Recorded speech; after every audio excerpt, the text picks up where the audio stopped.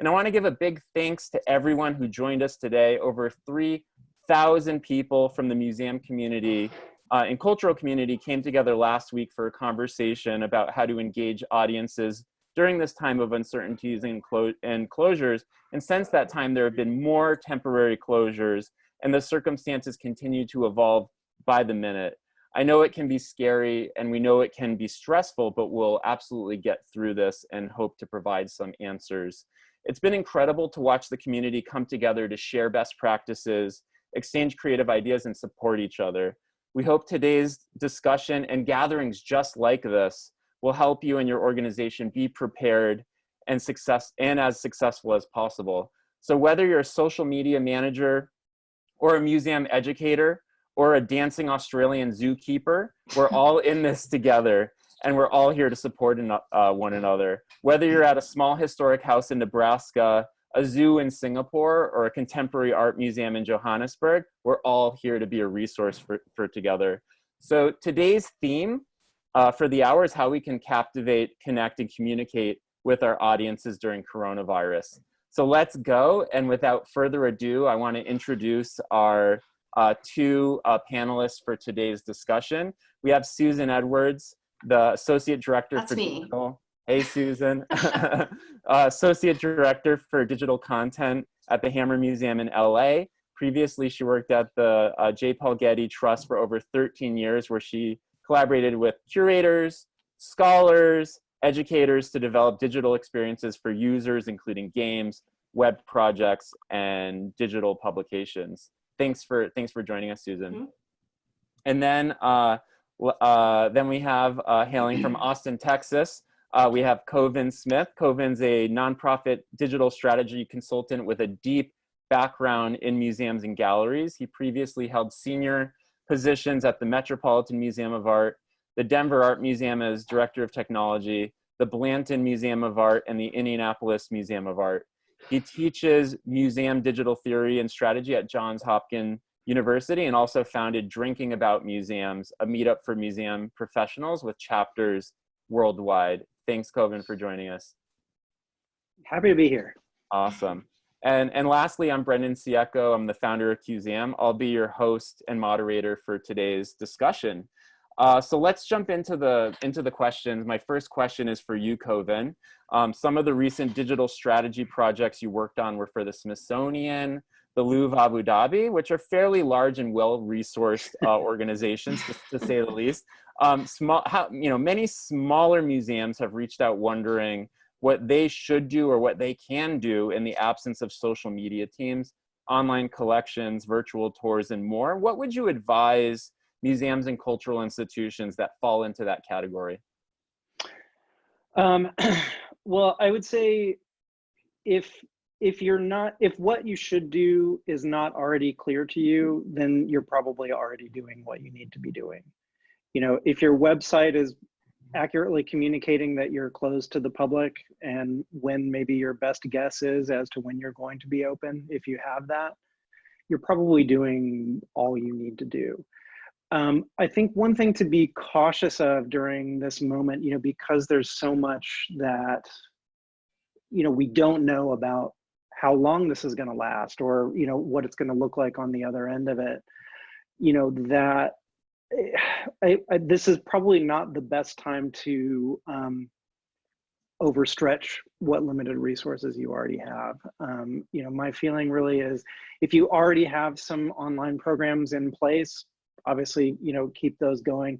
This is probably not the best time to be starting one from scratch, from whole cloth, building it from whole cloth, because the circumstances are too complicated. Mm-hmm. I mean, those kind of programs are very difficult and resource intensive under the most ideal of circumstances, and this is hardly ideal. Susan, and what are your thoughts? I agree. I agree. This is really a good moment to lean into stuff that you already have and maybe bring forward stuff that online content, digital resources, materials that are not part of the regular exhibitions and programs schedule that you can now foreground. But I would really lean in on what you already have, things you've already developed, and pushing those to the front at this point. especially we're only, like for us, for my team, we're only a week and a half into this. This is early days maybe.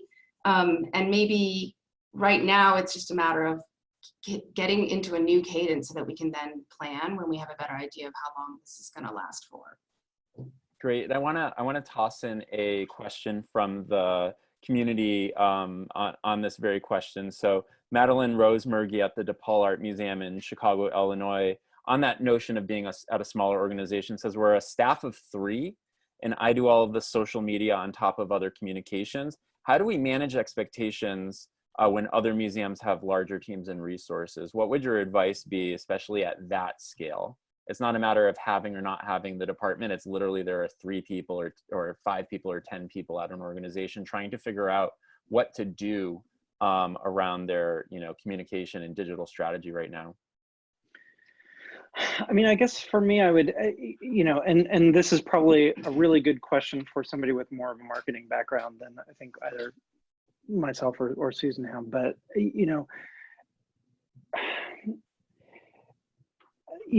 it's a question of sort of what is your goal in sort of staying present digitally during this time? Like, is it just to sort of remind people that you exist so that when you reopen, those people will still be there? Chances are, if you're, especially if you're a smaller institution, like, the audience you had before is likely to be the audience that you have when you come out of this.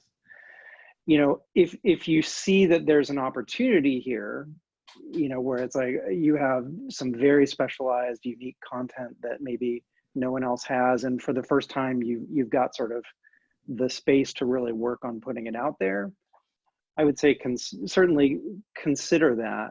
But I mean, I think as we were discussing earlier, as a consultant, like most of my work is done remotely anyway. So it's like, I'm in calls like this all the time now.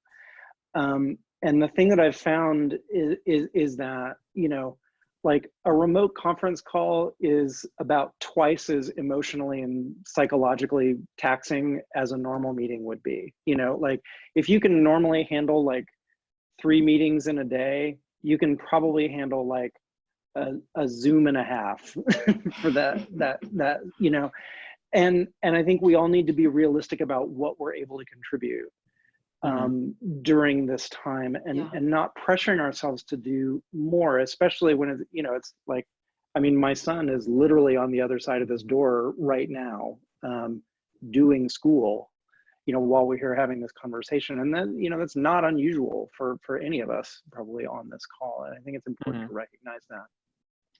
Yeah, I think the inclination is to go whole hog on social media and on your online channels, because that's all there is right now, because you don't have your exhibitions and your programs that you can lean in on. There might be, I can imagine a lot of staff, no matter whether you have 3 people or 300 people, there are people who have less to do now because they're not putting on those programs, and there's people who have a lot more to do now because they are the digital people, and now there's an expectation that we're just going to throw everything over there. So I would echo what Coven is saying, is that, be easy on yourself. It's only been less than 2 weeks for most of us. It's going to be a longer haul. And, take the time to assess what you have, what you can leverage, start making some experimentations and plans, keep what you have been doing going, and start to plan for the next couple of months. Thank you both for I also, that. sorry, if I can. Well, I just want to make sure we have time for the other questions. If that's, go ahead. We gotta slow down. You gotta take your guys' advice. You gotta slow down. Sorry, I'm seeing like hundreds and hundreds of messages piling up in the chat. Which I'm not watching those intentionally. I'm glad I'm not looking at those right well, now. someone's saying, a couple people are saying, this is really what I wanted to hear, what I need, or more so what I needed to hear right now, because things have been stressful. So I think the community absolutely appreciates that notion of slowing down a little, chilling a bit. Doesn't need to be rapid fire, because this is a marathon, not a sprint. And if you spend all of that energy right now, where is it going to be when you're when your audience is back to, you know, enjoy your museum or cultural institution when your doors open. So definitely seems to be resonating with a lot of the attendees. But Kovin, you wanted to add something before we go on. Yeah, too, because I think especially there's a tendency for us in moments like this to want to focus on those public facing programs. But I mean, you know, there is something of a potential opportunity here to, you know, to try and build a firmer foundation that you usually wouldn't have the time to do during this moment. You know, I think about the kind of debt that tends to acquire in projects like this, where it's like, well, we have a big chunk of our collection that's not online because we haven't cleaned up the collections data, except, you know, and that's a whole issue in and of itself. But like, you know, this might be a moment to kind of step back a little bit, or it's like, hey, you know what, maybe this is a good time to engage our frontline staff who are not doing frontline work right now in helping us do image descriptions, you know, alt text descriptions for works in our,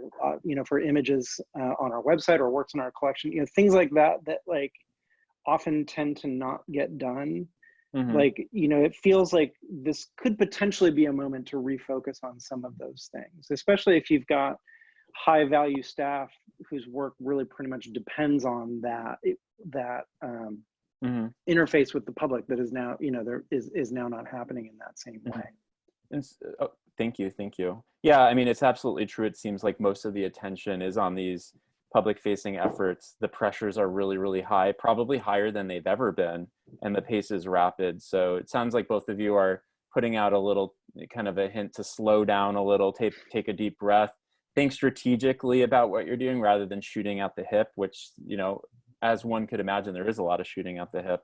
So I like that idea of you know, thinking about what those investments are for long-term audience development and engagement. And I think, Kovin, you gave some really interesting and helpful tidbits there. So next question is for Susan.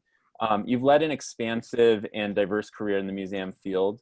You've been on the front lines of visitor services and a curatorial associate during your time at the Seattle Art Museum, but then you shifted into the digital world, which has been your focus for close to 2 decades. Putting on your visitor services hat for a minute, where could these efforts of museum staff in visitor service be temporarily shifted to? Because there aren't people coming on site today. What does a day-to-day look like for someone who's overseeing or on the front lines of visitor services? Yeah, I think a lot of people are probably thinking about how can we leverage our staff in lots of areas, not just on the front line, to helping with this bigger lift around digital, as Kovin had pointed out. At the Hammer, we have always worked really closely with our visitor experience team. So the digital team and the visitor experience team on the floor are the front line, whether it's a front line online or a front line in the physical space that we have. So we already have a really close relationship there. And I think there's probably potential for some of those staff to help with some of the messaging and help fielding questions and checking digital messages that are coming in and things like this. But I don't think we should limit it to that staff. I think there's, like I said, there's probably staff who help manage your programs in your museum that are not happening anymore. Exhibitions are being rescheduled and moved.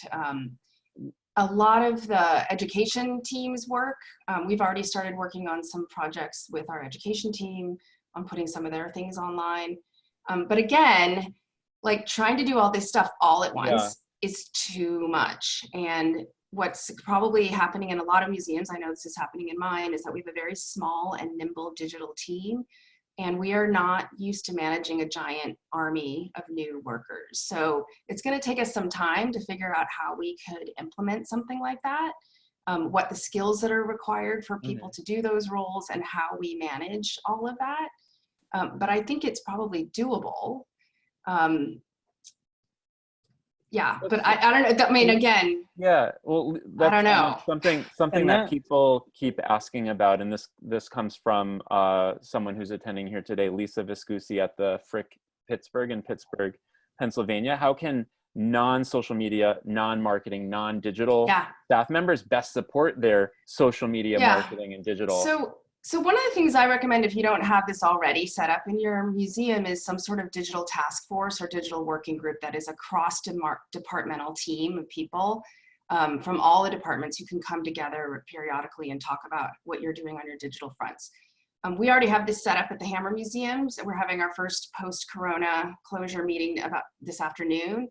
But if you don't already have one of these set up, I would highly recommend doing that.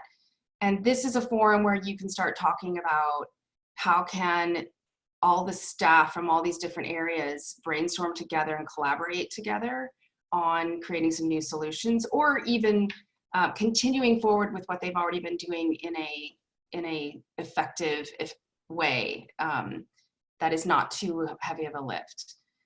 So collaboration is another big theme that I've seen a lot of people talking about right now. Collaboration within your institution, collaboration across the field, collaboration within the museums in your local region. I think this is really a time for us to lean on one another and learn from one another. It's happening in social media already. A lot of social media managers across the country are doing, hashtag Museum Moment of Zen. And there was another one that there was flowers being given between LA museums yesterday on social media. So collaborate. That's and I think that us as communications frontline digital people, we're going to need to put on our teaching hat, so to speak, and learn how we teach our craft to other people and show people what good digital content looks like. So we're going to have to also shift a little bit from pure implementers into a little bit of instructors and moderators and guiders. And I feel like that's one thing that I would urge us to be a little bit cautious about, because I think one dangerous thing that can happen, especially in smaller museums, is that because the digital team knows, if there is a digital team, the digital team knows how the tools work. They're like suddenly in charge of, like they've sort of in this situation subtly become a, Ersatz marketing team or an Ersatz like outreach. And I think we have to be very careful about that to make sure that the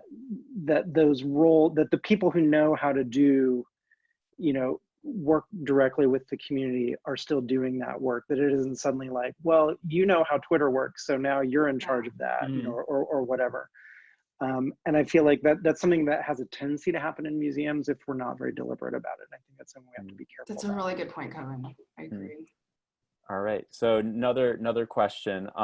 Since the beginning of March until now, we've gone from just a few museums in major cities announcing temporary closures to over 3/4 of the museums in the United States of America making the decision to close their doors until further notice. What are some of the trends you're seeing right now with how museums are leveraging digital tools, content, programs to connect with their audience? What are some of your favorites?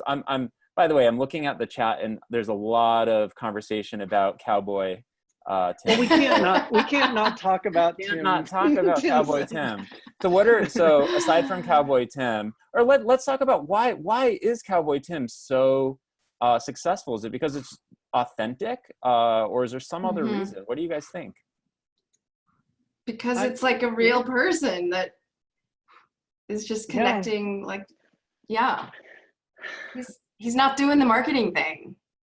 I think he would have also been a huge hit, not during a crisis. He would have been a huge hit.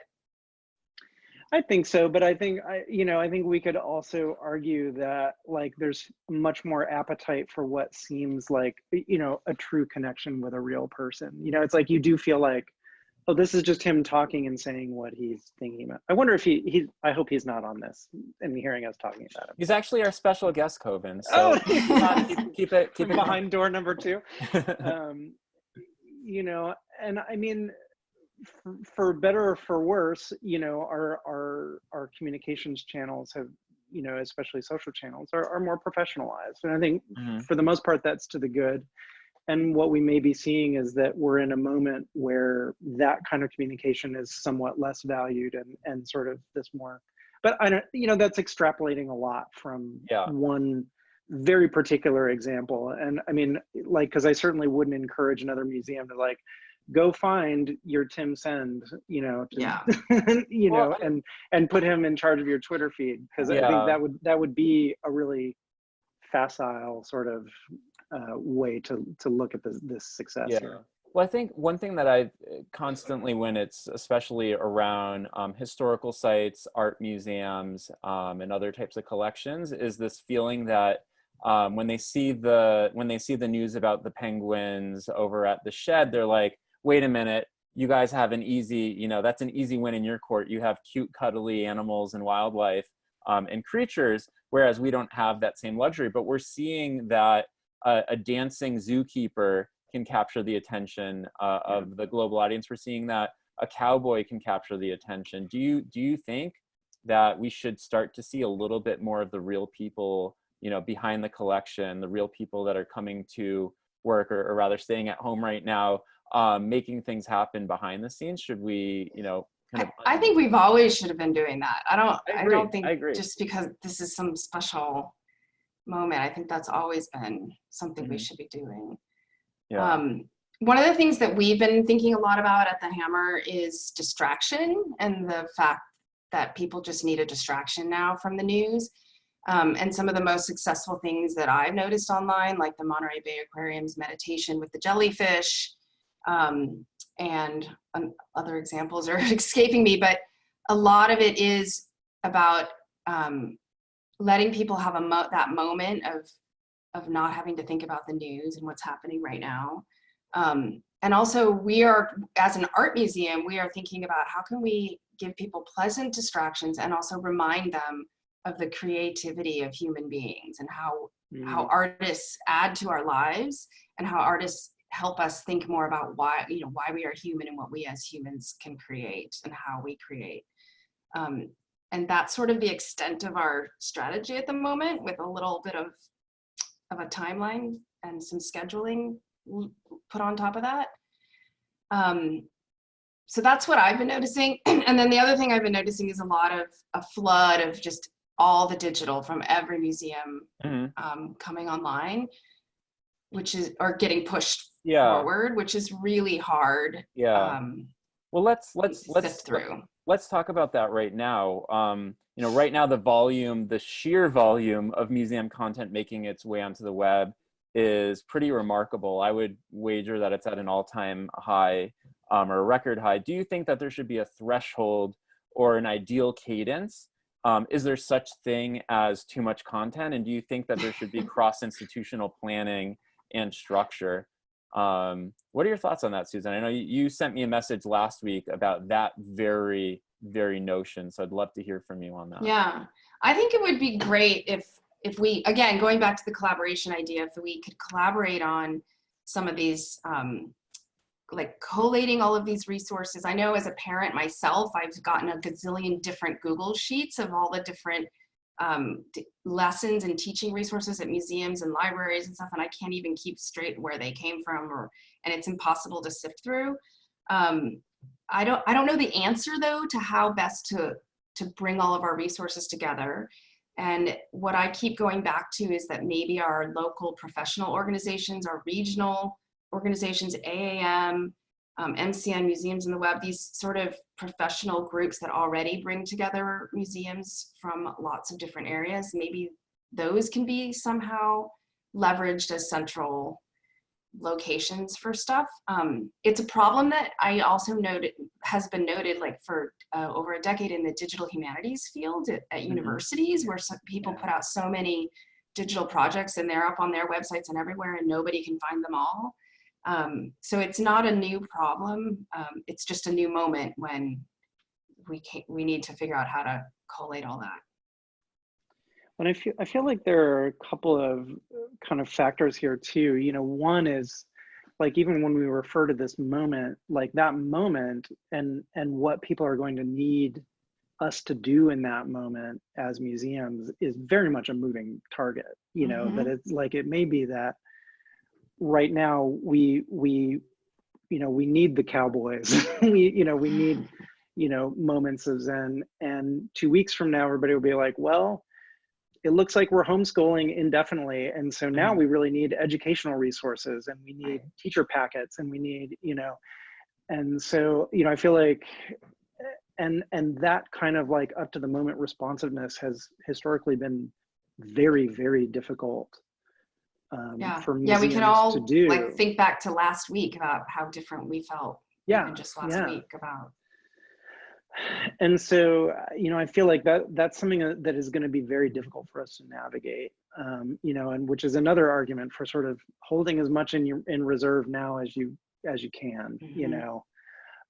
But I think another factor here too is that, you know, as we have this moment of, you know, essentially digital, you know, the digital presence of museums becoming the only presence of museums.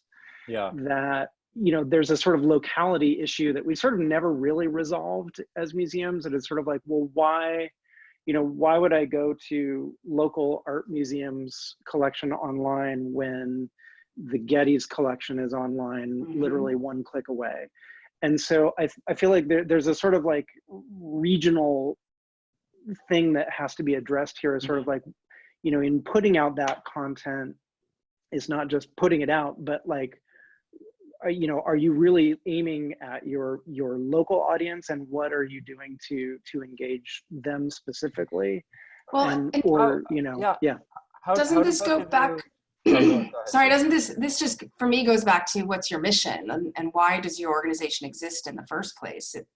And I think that's where we can lean back on your more traditional content strategy around why do we do what we do, who's our main audience, what makes us unique. So I think that's true, but when you're saying that, are you basically, it almost sounds to me that when you're thinking through, if you have the resources to do so, if you're thinking through your content, whether it be broadly, whether it be regionally, come back to that root question of why are we doing this? Who do we serve? What's our mission? Is that something that you think is the holy grail kind of defining question behind any type of content museums put out there? Is it the holy grail? I mean, it is for my museum, and I'm lucky. I mean, I am lucky that I work at a museum that has a very strong and very specific mission. So I'm going to leave that there. Yeah, well, actually, I mean, I think it is a moment to refocus that, but I feel like it's almost for me a moment to realize that we've not actually addressed this question well in the digital realm to this point. Like that, it's like you have museums that have very locally focused missions, and then they say, but when we put our collections online, it's not going to be respective of that at all. Like, you know, the collection is designed to have appeal to everyone across the world, which is all well and good, but it's like this, often the digital presence has this sort of like stealth other mission that hasn't actually been articulated. And so, you know, I feel like that's a sort of weird thing that sits out there sort of not addressed. So we had a question come in that I want to continue to dive down this regional versus global community focused aspect of this conversation we're having right now. Holly Shen at the San Jose Museum of Art in California asked, how can regional museums coordinate partnerships around content development? So what would you want to see coming from these regional museums that are maybe, you know, starting to amp up or at least move towards some of these digital efforts, try to jump in the game of double dutch that we're seeing right now around museum content? Is there strength in numbers around this for regional museums? What does that look like? I mean, I think I was pointing at you, but you can't see my hands. Oh, okay. But it's no. I think. I mean, again, go back to most of these regions have local regional professional groups. Like here in LA, we have SoCal Museums, which is a local group of LA museums that get together and normally talk about this stuff. And so there's been activity there. As we've been talking about this, it's making me realize the potential that regional museums have to support the people in their region through this really difficult time, and possibly sort of like renew your commitment to the community in a way and provide something because I think this crisis is hitting every community a little bit differently. Absolutely. As someone who lives in LA but reads the New York Times updates all the time, it feels a little bit of a weird, because it's hitting New York so hard right now. Mm-hmm. But I'm in LA where it's just there's a very weird shift happening with when you read the news versus your reality in your quiet home where nothing is happening. I'm rambling now. Somebody help me. It sounds like the positioning or messaging around the civic role that the museum has is probably a little bit more important than it was 2 or 3 weeks ago. That's kind of what I'm hearing in that realm. Yeah. But solely from a content perspective, because that in itself is probably a challenge, because a community, an extremely diverse community, there are all of these subgroups and different types of messages and different types of appeal that an organization can have. So do you think a lot of that starts at the regional professional association? Because I feel like there's probably that slows things down. And I know there's some advocacy around slowing some things down, but if you have a hunch around what you feel would benefit your community the most at a certain point in time, shouldn't you start slowly putting out some of those feelers and seeing what works? I mean, yeah, I think there's a lot of potential there. I think the issue with regional museums and with regional museums associations has always been just a lack of technical resources, frankly. Mm-hmm. Yeah. I mean, so and so you have a lot of the state museums associations kind of see their role as putting on an annual conference, full stop. That's it. Mm-hmm. And it would be interesting to see if at this moment you start to see more of those organizations begin to take on sort of, maybe more the services-based model where it's like, they're able to provide services to a wide range of smaller institutions that normally could not afford that on their own because they're, sharing services. I think we're a ways off from that. But so for me, it's more a question of, is there something at this moment can tell us about what we should be prepared for the next time? And one of those is like, more technical services to smaller organizations. I've just been told that you guys can't hear me very well. And so I'm wondering what's going on here. I'm going to check in. If you just get a little closer to your microphone, a couple of people were sending messages that it was hard to hear you. Keep on going, Coven. Keep on. That was the end of my answer, but I see what's going on. So I'll be back in just a moment. Great. Susan, in last week's webinar, the topic of games came up over and over again, and it seemed to strike a chord. We had Seema Rao from the Akron Art Museum, who's been spearheading a wide range of easy to assemble digital games. So I know you've spoken about museum games dozens of times over the past couple of years. Do you think games will have the right lift and appeal right now? Or would your suggestion be to concentrate that attention in other areas? I actually have been meaning to talk to Seema about this and ask her Interesting. Why games. I think, again, going back to the distraction thing, games are a great distraction. People are puzzling and game boarding it up right now. And I know my daughter's on Minecraft constantly. Games are a distraction in their release. Making games is not that easy though. I think again, I'm going to go back to the collaboration things. Seema did an amazing job setting up a collaborative way to do that crossword puzzle. She set up the structure. All you have to do is go in and add your question to be part of this larger thing that brings in lots of museums together. Yeah, I would go on the collaboration front. Similarly, some of the Twitter hashtag threads that are going on right now between museums sharing collections are sort of light games. And again, the collaboration makes that work easy. Even simple games can be hard to design and create. And if you don't already have that skill in your team, it's gonna be not the easiest thing to just start doing immediately. So if you're thinking about it, I would look to collaborate or find existing templates out there that you can follow and adapt with your own content. So it sounds like if there are frameworks and, you know, 101s available for really low effort projects, you would say give it a shot, see if it sticks with your community, as long as you're not reinventing the wheel and spending lots of time and resources on that. I mean, this is a time to experiment if you have the time and if you have the staff. This is a really good time to try new things and see, because people are online and they're looking for things to do. Mm-hmm. Yeah, it's really, I just want to point out for a moment that the sense of the first webinar we did last week to this webinar, last week felt very much like foot on the gas. Now's the time. Here are some ideas. Here's what other museums are doing.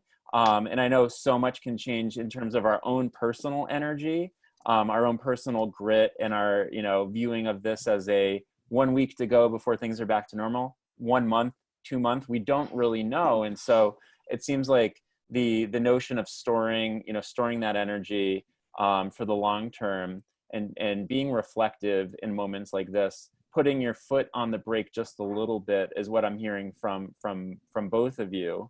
But the thing that I want to kind of put out there, and I know there's no right or wrong answer to any of these, is if you slow down a little bit too much, are you then missing out on certain opportunities while everybody's in quote unquote hibernation during this period? Because had these museums that are getting the visibility that I think a lot of museums would really appreciate right now and hope for, probably started with a really small, wacky, creative idea. And I think the thing that I really like about the ideas that are getting all of the attention right now is they didn't cost anything.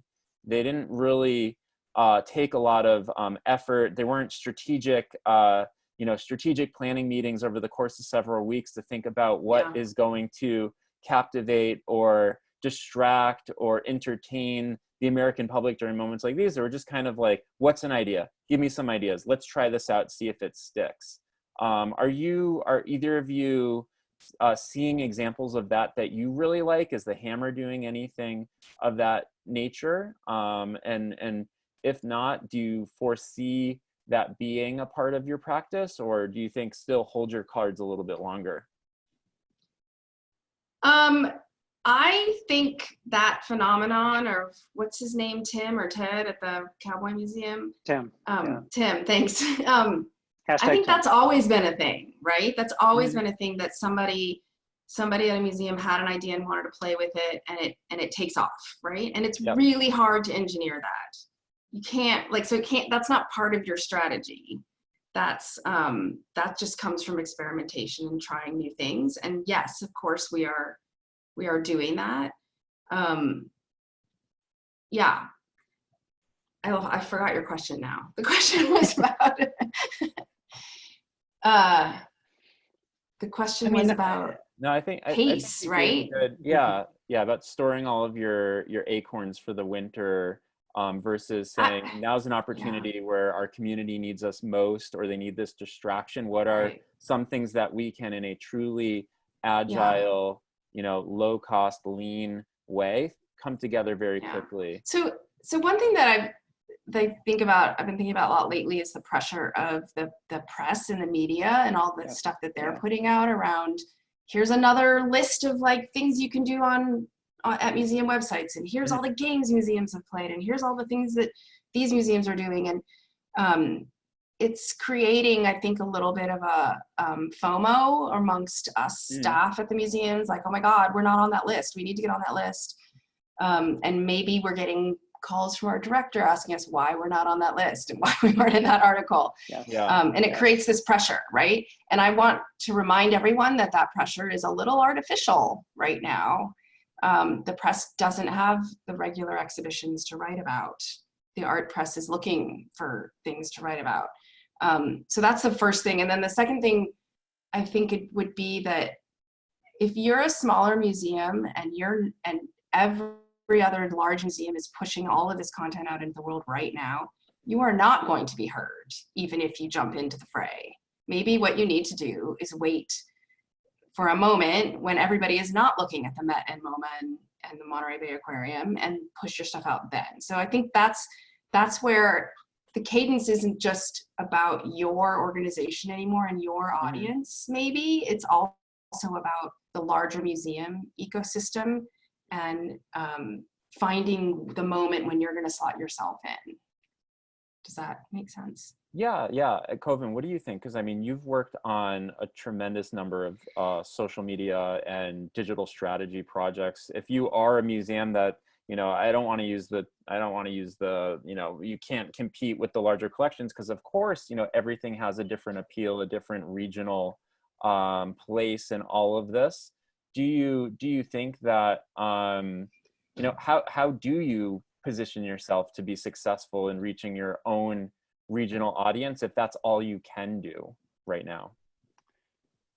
Well, I think to a point that Susan made earlier, one good thing to focus on and would be, really focusing on, well, what is it that you have to say about this stuff that is unique and vital and important?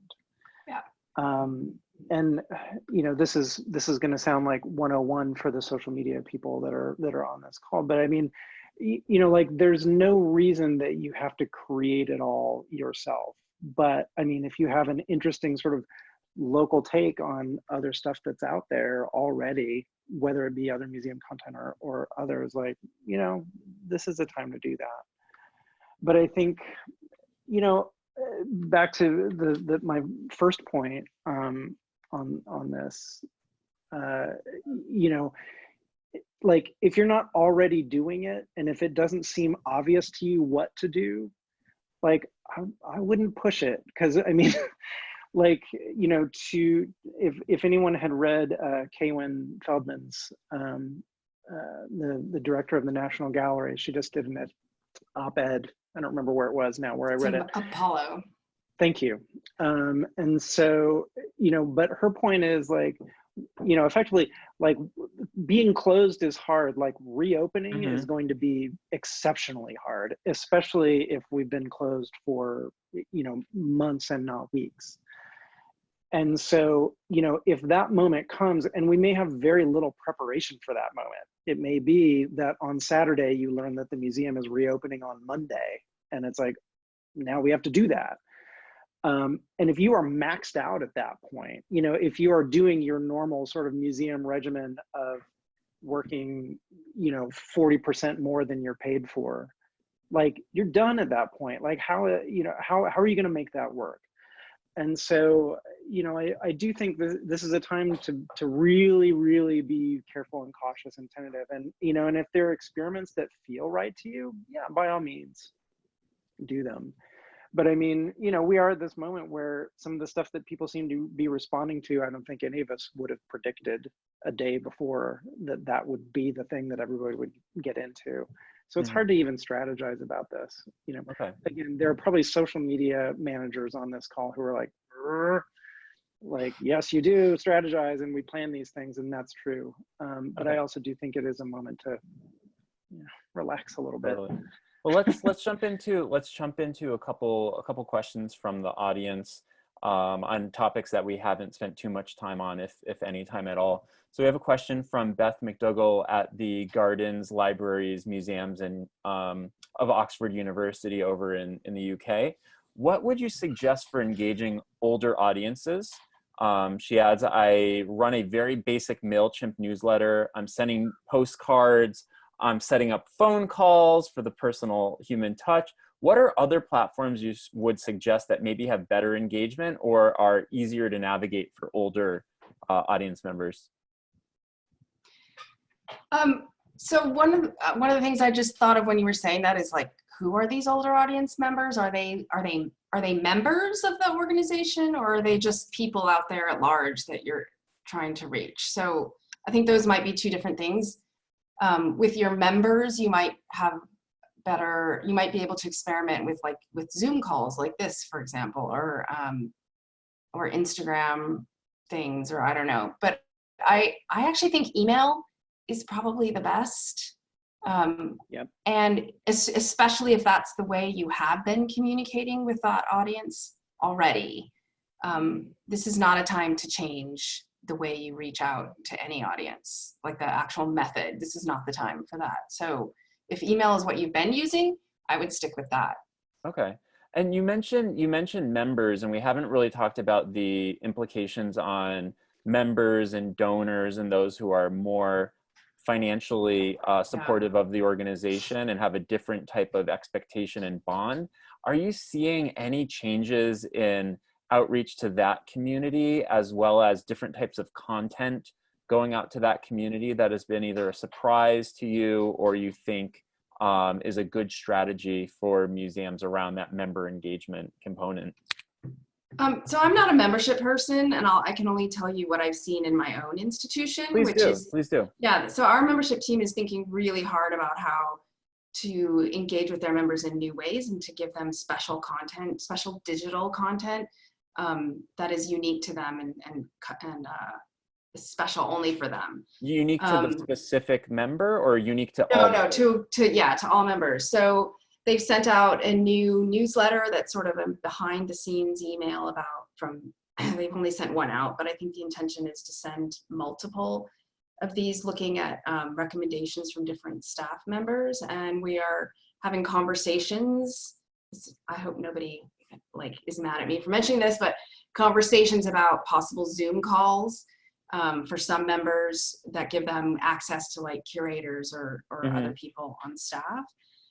So that is a place where brainstorming is certainly happening, and it's because that's a team that normally interacts and has special events for these members that are physical in-person events, and they're looking for ways to engage that audience online in a new way because that they don't have this other thing anymore. And that's all I know, because I'm not a membership person, so I just know what our team is doing. Mm-hmm. And then we have another question from Charles Fulcher at the Washington National Cathedral in our nation's capital. In cases where you are beholden to the narrow funnel point for online communications, how can other departments and teams advocate, and I think the key word here is advocate, for the importance of community building through new online engagement, as well as assisting folks who control that work so that we can actually make things happen together? And I think we talked a little bit about this earlier, but I think there's more to be said about it because it's a completely different working culture. It's a completely different shift to roles and hierarchy. But I'd love to hear how you're seeing some of those shifts at the Hammer or across, wider groups of organizations that maybe Coven you're working with. I don't know. I mean, from the organizations I'm working with, I sense a certain amount of relief at the funnel, frankly, that there's sort of that kind of single point of contact. But I think strategically speaking, I think one thing that is a bit of a concern is that the longer this goes on, the greater the temptation is going to be for a lot of sort of rogue projects to start to develop, that are sort of outside of the museum's mission or outside of its ability to sort of maintain and sustain over the long term. And that is something you have to watch out for. But I don't know, there are so many, I'm not a great person to answer this question, frankly. I wish I had a better answer than that one. That was a long question. What was the core of the question? Was the question, how do you have all this content coming into this small team, and how do you manage it?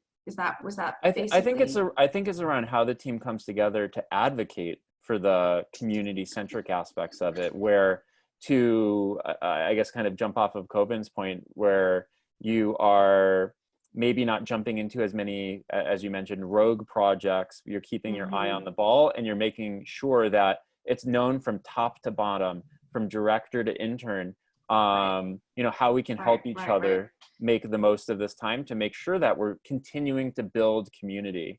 And I know that has a broad meaning, but how do you continue to build that community? Yeah. And I even think on top of that, your community is external and internal, because you need to be building your community inside the museum, where we aren't used to working remotely and not having casual encounters, where when you do have those rare moments to speak to each other over some sort of virtual or video chat, that's business, you know, Yeah. that's all business all the time. You're maybe not gonna be as humorous or lighthearted. So how do you balance all of that where you're building community inside your organization and building community outside your organization? Yeah, I think that's critical, Brendan. And I was actually just having a conversation about this with our director of public programs last night about the importance of the staff who all now feel so isolated.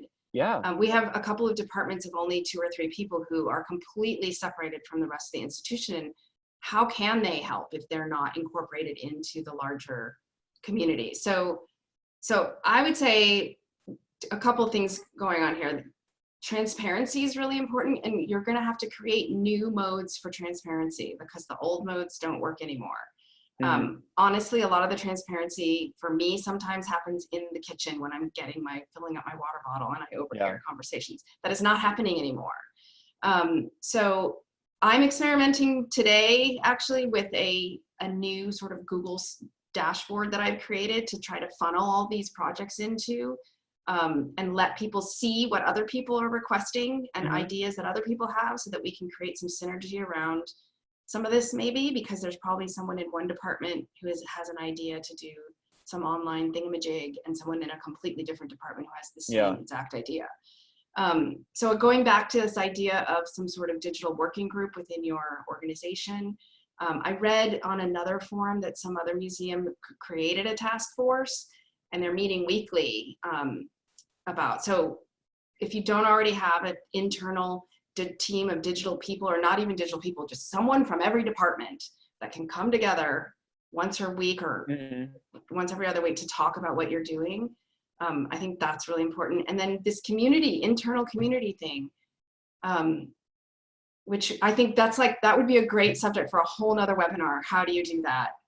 Someone just asked on the Q&A, are there any ideas for sing-alongs, team games, things that build the morale of the staff so we don't feel all adrift? And that I feel like even the non-museum community, the corporate community that has the executive coach and the team coach and all of that, they're not even doing that yet, because there is like this, first we have to get our bearing and then we can start to add on those elements to boost that morale. But I'm curious, are you hearing about museums? I'd imagine the Philbrook, who, we had Scott on last week, would be running forward with keeping everybody, keeping everybody's morale high. But are you hearing anything, doing anything, or do you think that it's urgent, we need to do this, but it's going to take a little bit of time before I'm seeing virtual happy hour pop up in the thread a lot. I think I've done that I haven't done it internally in my museum, but I've had several virtual happy hours with friends, which are great. Well, Kovin, I mean, you founded Drinking About Museums, which is all about morale. It's all about uniting people that share a same mission and vision. What does that look like right now? And if people want to find a place for them to either share ideas or commiserate or have a cocktail virtually, are there places like that? Is that role more important than it's ever been? Well, funny you should mention that. We did, a few of us, Andrea Ledesma and a couple of others, put together virtual Drinking About Museums. I guess it was late last week, I want to say Thursday. It was just sort of advertised via Twitter. And we are now reviving an idea that we had talked about several years ago, which is that we would do a nonstop, all the way around the world Drinking About Museums, starting out in New Zealand and then gradually working its way across time zones west. And so that is going to be,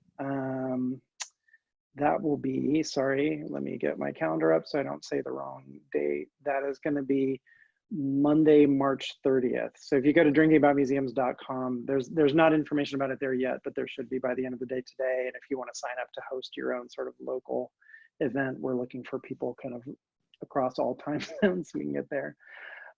So that's happening. I know on the last day of the Virtual Museums on the Web conference, we are now doing a karaoke event. Cool. So, you know, especially if those of you who have been to museum conferences and done the karaoke, that's kind of hot. Drinkingaboutmuseums.com.